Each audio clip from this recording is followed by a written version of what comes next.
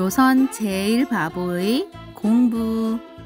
글 정희재, 그림 윤봉선. 책 읽는 곰. 옛날에 한 아이가 태어났어요.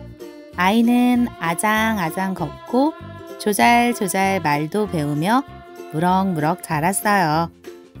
여느 아이들처럼 떼도 쓰고 짓궂은 장난도 쳤지요. 저 아이를 가졌을 때 꿈에서 노자를 만났지. 자라면 큰 사람이 될게야. 부모님은 기대가 컸어요. 그러던 어느 날 아이는 호된 마마에 걸리고 말았어요. 아이가 자라 글을 배울 나이가 되었어요. 외삼촌이 천자문을 가르쳤어요. 하늘천 따지 거물현 거물현. 아이는 온종일 매달려도 한 구절을 외우지 못했어요. 마마를 앓은 탓에 머리가 나빠진 거예요. 까마귀도 너보단 낫겠다. 너처럼 둔한 아이는 처음이야. 외삼촌은 더러 화를 내며 나가버렸어요. 난 바보인가 봐. 까마귀 아이는 제 머리를 콩 쥐어박았어요. 머릿속에서 콕콕 까마귀가 글자를 먹어치우는 것 같았어요. 아직 때가 안 돼서 그래. 글은 나중에 배우자. 아버지는 토닥토닥 달래줬어요. 까마귀 아이는 10살이 돼서야 다시 글을 배웠어요. 하지만 기지개만 켜도 싹, 하품만 해도 싹. 금방 읽은 것도 돌아서면 깜깜했어요. 차라리 강아지나 고양이를 가르치는 게 빠르겠어. 친척들도 하인들도 수군댔어요. 그래도 아버지는 자랑스럽게 말했어요. 그만두지 않고 계속하는 게 얼마나 기특해요. 큰 소리로 읽어보렴 술술 외워진단다. 아버지는 까마귀 아이에게 둘도 없이 좋은 스승이었어요. 천지지간 만물지중해. 까마귀 아이가 장난스레 소리 높여 읽었어요. 소리가 너무 크면 금세 기운이 빠진단다. 아버지가 말했어요. 천지지간 만물지중해. 이번엔 군뱅이 기어가듯 느릿느릿 읽었어요. 너무 느리면 딴 생각이 난단다. 아버지, 밖에서 말이 울어요. 누가 왔나 봐요. 까마귀 아이가 책을 내던지고 발딱 일어났어요. 공부할 땐 책에서 나오는 소리에만 귀를 기울이렴. 엎드려 읽으며 퉁퉁 발장구를 치기도 했어요. 손발을 가지런히 해야 마음이 흐트러지지 않는단다. 아이가 금방 잊어버려도 아버지는 거듭거듭 일러줬어요. 난 머리가 나쁘니까 다른 사람보다 더 많이 읽어야겠어. 까마귀 아이는 마음을 단단히 먹었어요.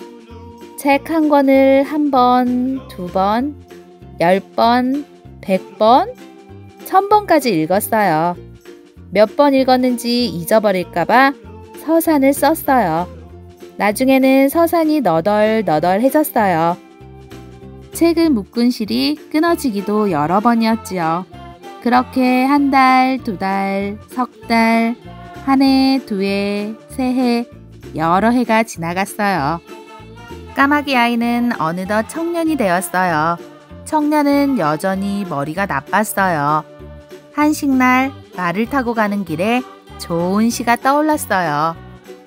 마상복 한식, 말 위에서 한식을 만나니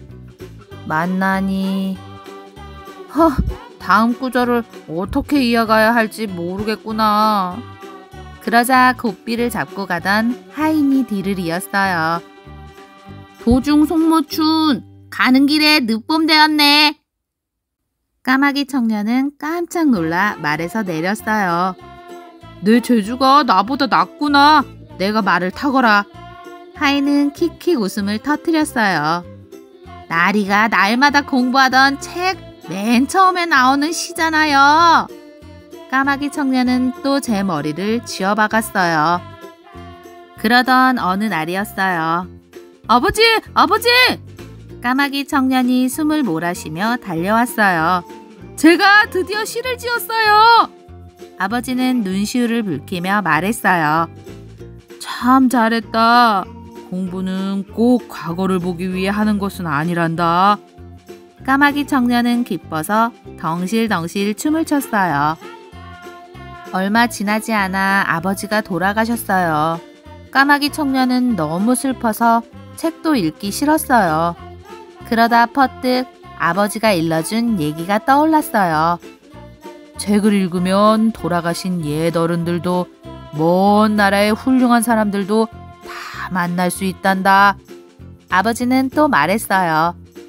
난 내가 언젠가는 큰 사람이 될 거라고 믿는다. 까마귀 청년은 그리운 아버지 무덤 옆에 초막을 지었어요. 그리고 책을 읽으며 3년상을 치렀어요. 까마귀 청년은 갈수록 책에 푹 빠졌어요. 시 짓기도 짜릿짜릿 재밌었어요. 하루는 아내가 상추쌈을 내왔어요. 어쩌나 보려고 일부러 양념장을 내지 않았지요. 청년은 짓담한 시를 생각하느라 건성건성 상추쌈을 싸먹었어요. 싱겁지 않아요? 아내가 물었어요.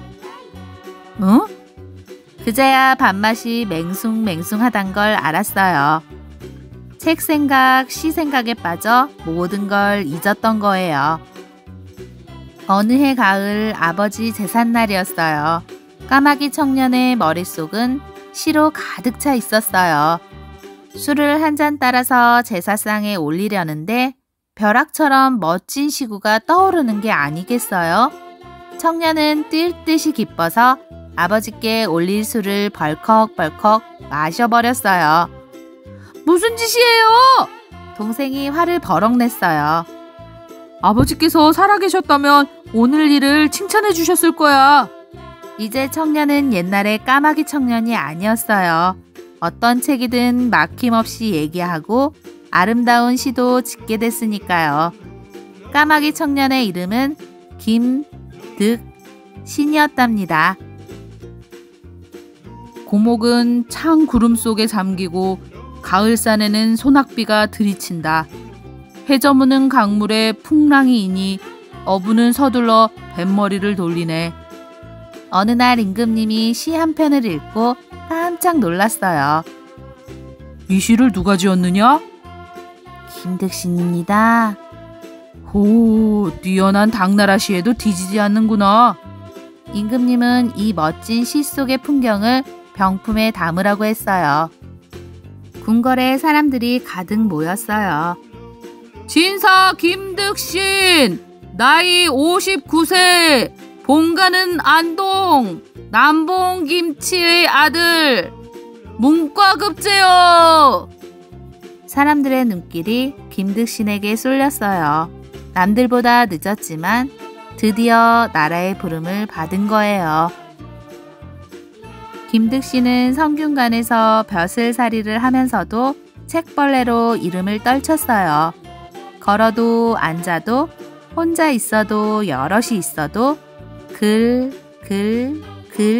생각뿐이었어요. 책을 머리맡에 두고 잔다며? 소문을 들은 친구가 물었어요. 잠에서 깨어 가만히 손으로 문지르면 마음이 편해지거든. 김득신이 대답했어요.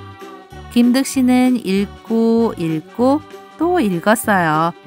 눈빛으로 종이를 꿰뚫을 만큼 온 정신을 모아 책을 읽었지요.